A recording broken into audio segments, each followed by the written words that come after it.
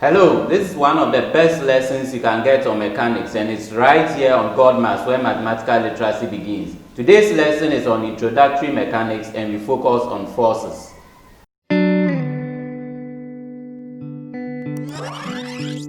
Now, a force is basically defined as a pull or a push of an object. Mathematically, we say that force is equal to mass times acceleration. And then a force is a vector quantity. That is to say that a force has both magnitude and direction. Magnitude and direction.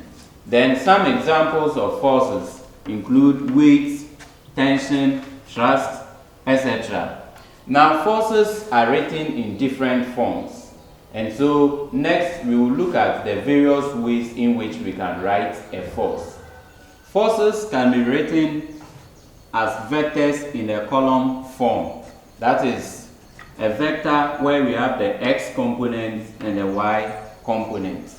We can also write forces in the Cartesian form where the force is equal to AI plus BJ.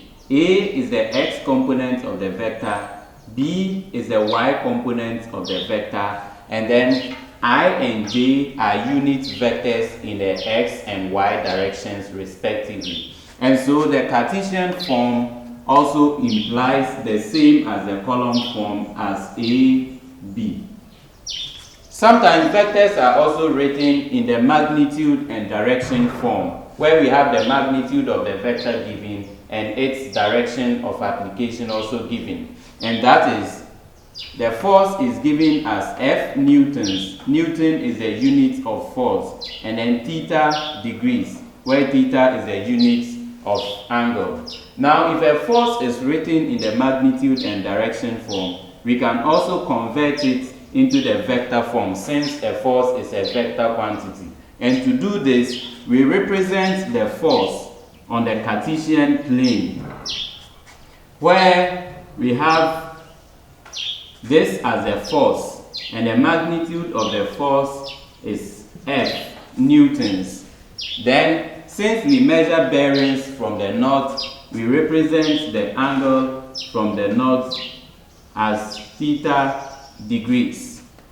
So, in finding the x and y components, which are, this is the y component and then this is the x component. Now, we can also draw this, and then since this is the same as that, the x component can be represented here. And so, if we want to find the x and y components using the basic rules of trigonometry, we can say that since this is the opposite, the adjacent, and then the hypotenuse, then we can say that sine theta is equal to, sine is opposite over hypotenuse. So sine theta will be equal to x over f, which implies that our x will be equal to f sine theta. And then cos theta will also be equal to, cos is the adjacent over hypotenuse. And so cos theta will be equal to y over f, which is the hypotenuse. And then we will say that y is equal to f cos theta. And so if a vector is written in the magnitude and direction form, then in the column form, we will say that the force is equal to f sine theta as the x component, as we have obtained here, and then we have f cos theta as the y component, as we have obtained here. We will take our first example on forces. The first question is for us to express the given force, which is in the magnitude and direction form, into the vector form. And the second one, we are given the force in the vector form, and we want to express it in the magnitude and direction form. So let's get to the solution. as discussed previously, when a force is given in a magnitude and direction form as F is equal to F Newton and then theta degrees, then we say that F is equal to F sine theta and then F cos theta. We have discussed this previously. And so with this force, our F is going to be 8 sine 30 degrees and then 8 cos 30 degrees. We punch this on the calculator and then 8 sine 30 gives us 4. 8 cos 30 is 4 root 3. This is the vector form of this force. Or you can also write this in the decimal form to have 4 and then 6.93. This is the vector form of the force. And since force is measured in newtons, you add the units. Then the next question. We are given the force in the vector form, and then we want to convert it to the magnitude and direction form. So with the first force, we have F1 is equal to 4.3 Newton. So to do this, we find the magnitude of this vector and also find the direction of the vector. The magnitude of a vector is given by, so magnitude of F1 is given by square root of the x component plus square of the y component.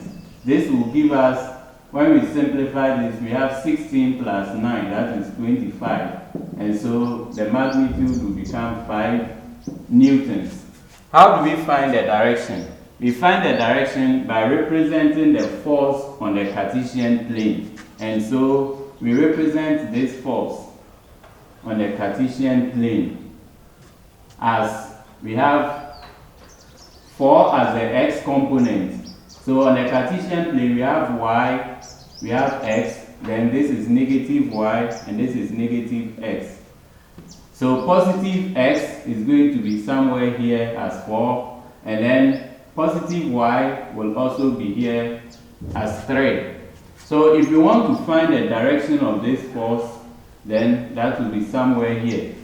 So we have this.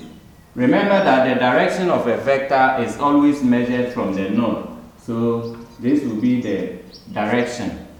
And if the direction is theta, then since there is 4 here for the x, we will also have 4 here.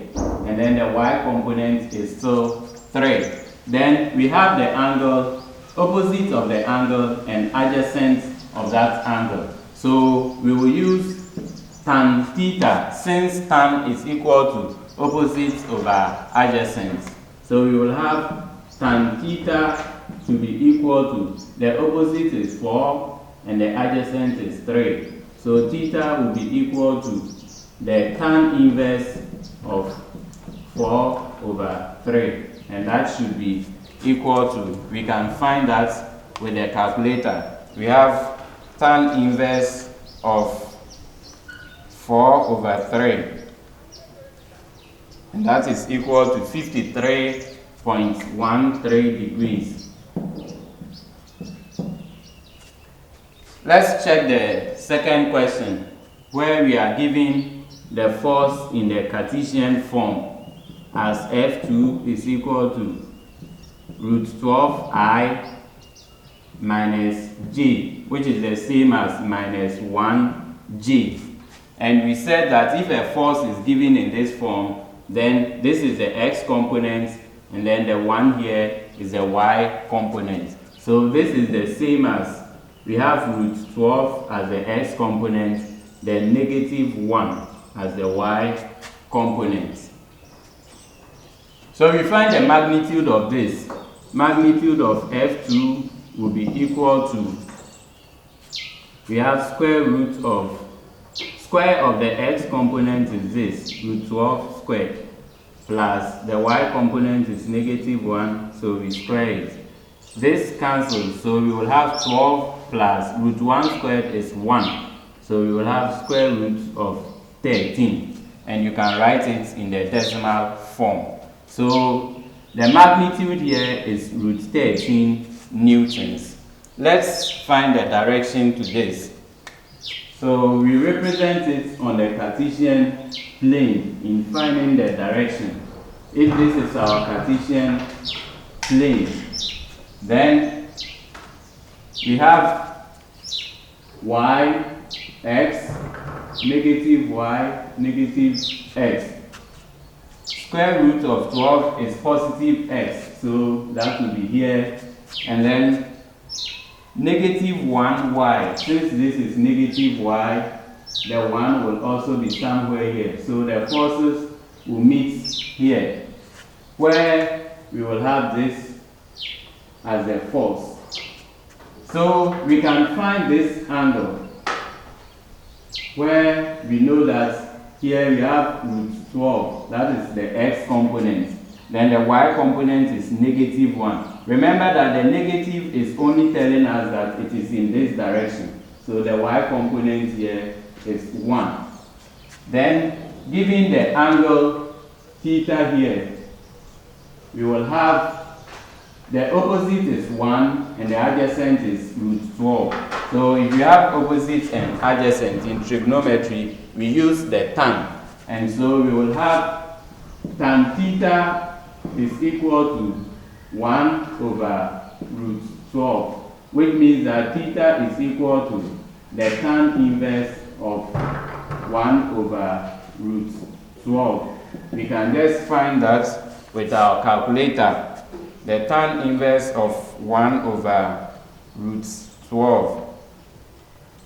And that gives us 16.10 degrees. But remember that we measure from the north. And so this is the actual direction of the force, where we know that this first quadrant is 90 degrees. So the direction is going to be equal to 90 degrees in the first quadrant plus the small angle we obtain, which is 16.10. So we will have 106.10 degrees. And therefore, this force in the magnitude and direction form will be F2 equal to, the magnitude is root 13 newtons and the direction is 106.10 degrees. And it is the same for the first force. We will express it as F1 is equal to, the magnitude is 5 newtons and the direction is 053.13 degrees. We will also look at how to sum forces, which we call the resultant of a force. The resultant force is a vector sum of all coplanar forces acting at a point concurrently, which means that they act at a point at the same time. Coplanar forces are forces that lie on the same plane. And in order to find the resultant force of all coplanar forces acting at a point at the same time, we first express all the forces as column vectors. Then we sum the column vectors and finally find the magnitude and direction of the resulting vector, which is the resultant force. Let's check our first example on resultant force. Find the resultant of the forces 10 newtons, 20, 30, 40 newtons, acting in the direction 60 degrees, 120, 180, 270 degrees, respectively. And so if we represent the forces by F1, F2, so let the forces be F1, F2, F3, and then F4. Then we will have our F1 to be equal to 10 newtons, 60 degrees. F2 will be equal to 20 newtons, 120 degrees. F3 is equal to 30 newtons, 180 degrees. And then F4 is equal to 40 newtons, 270 degrees.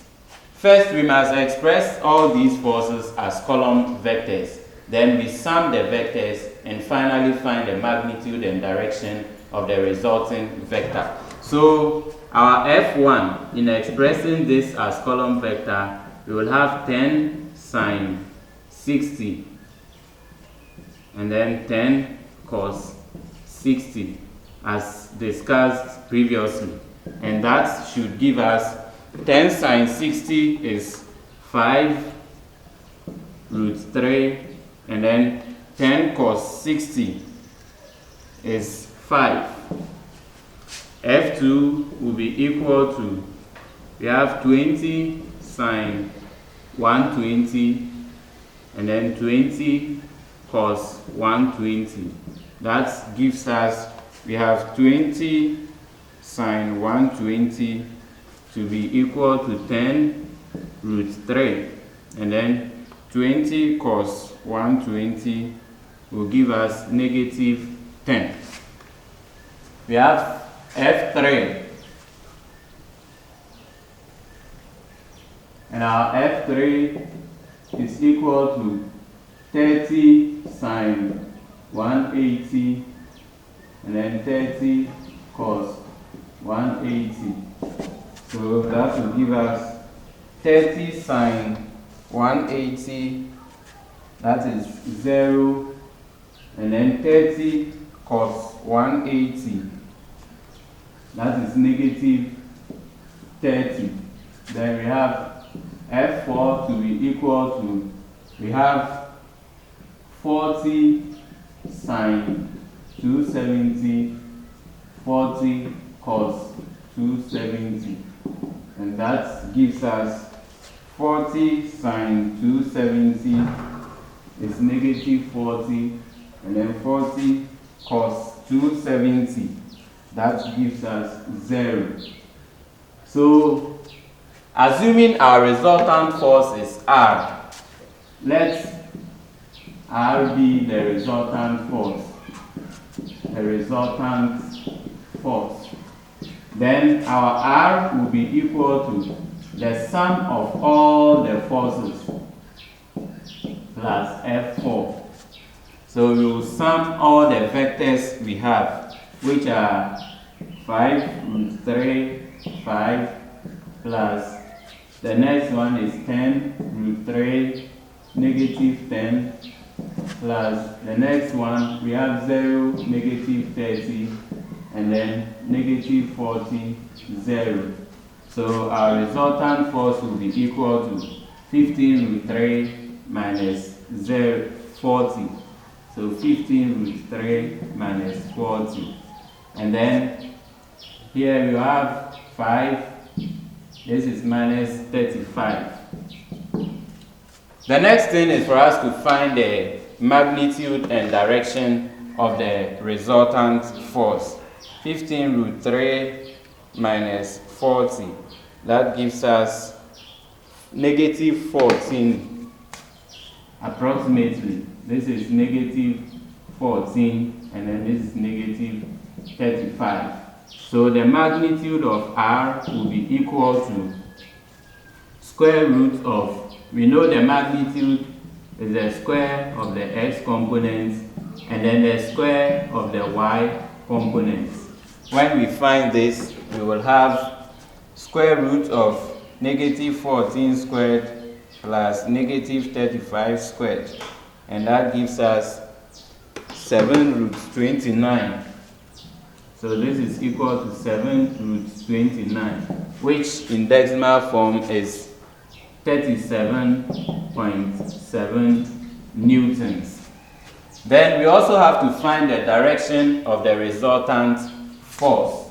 And we can find the direction by representing the resultant vector on the Cartesian plane.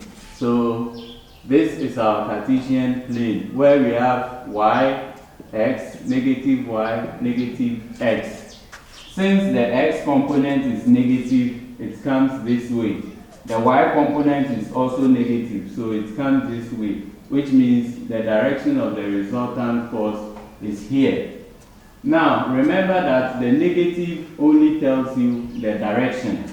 And so, in finding this angle theta, we will have the x component is 14, so we have 14 here. Then the y component is 35. The negative is still ignored because it has shown us the direction. So, in finding this, since we have the opposite and the adjacent, we will use tan. So, tan theta is equal to 14 over 35, which means that theta is tan inverse of 14 over 35. And that will give us tan inverse of 14 over 35. That gives us 21.8. So our direction, like discussed previously, is measured from the north, where we know that each quadrant is 90 degrees. So the direction of this force is going to be equal to the first quadrant is 90, the next is also 90, 90 plus 90 plus theta, where we know theta is 21.8 degrees. And that will give us, this is 180, so 201.80 degrees. So finally, our resultant force will be expressed as R is equal to, the magnitude is 37.70 newtons, and the direction is 201.80 newtons. We will take another example on the resultant force. In this example, a body of mass 2,000 grams is acted upon by the forces F1, F2, and F3, all given in the magnitude and direction forms. We want to find the magnitude and direction of the resultant force and then the resulting acceleration. Note that before you find the magnitude and direction of the resultant force, you must convert all the forces into the vector form. And we have learned that in converting forces from magnitude and direction to vector form, we take the magnitude sign direction for the x component and magnitude cos direction for the y component. So we have used that to find the vector form of the given forces F1, F2, and then F3. Now we want to find the resultant force. So suppose we represent the resultant force by R. Then R is equal to the sum of the three given forces. And so when we add the vector forms of the forces, we have this as the vector of the resultant force. Remember that resultant force is the vector sum of all forces. And so, to find the magnitude and direction of the resultant force, we find the magnitude of this resulting vector. And magnitude of a vector is square root of x squared plus y squared, where x is the first component and y is the second component. So using that formula, we find the magnitude of R. And then to find the direction, we represent it on the Cartesian plane. On the Cartesian plane, we have y, x, negative y, and negative x. And so since the x component of the resulting vector is negative, it comes to the negative x direction. The y component also comes in the negative y direction. Remember also that the negative signs are no more added to the figures because the negative only tells us the direction. And once we have the direction, we ignore the negative. Now, we measure the direction from the north up to where the force is acting. So this is our force. Now, from this triangle, which is a right angle triangle, alpha is the angle, then 9.3923 is the opposite of the angle, and 4 is the adjacent. In basic trigonometry, if we have the opposite and the adjacent, we use tan. So tan alpha is equal to the opposite over the adjacent. To find alpha, we take the tan inverse of what we have, and then the alpha is 66.93 degrees. Since we are measuring the direction from the north, we start this way. The first quadrant is 90, the next quadrant is also 90, then plus the alpha. So we have 90 plus 90 plus alpha, all measured in degrees. And our direction was 246.93 degrees. So the resultant force is now 10.21 newtons and 246.93 degrees.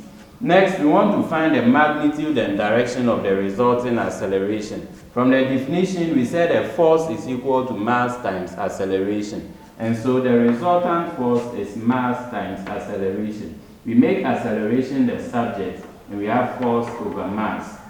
The mass was given as 2,000 grams, which we have converted to 2 kilograms, since mass is measured in kilograms.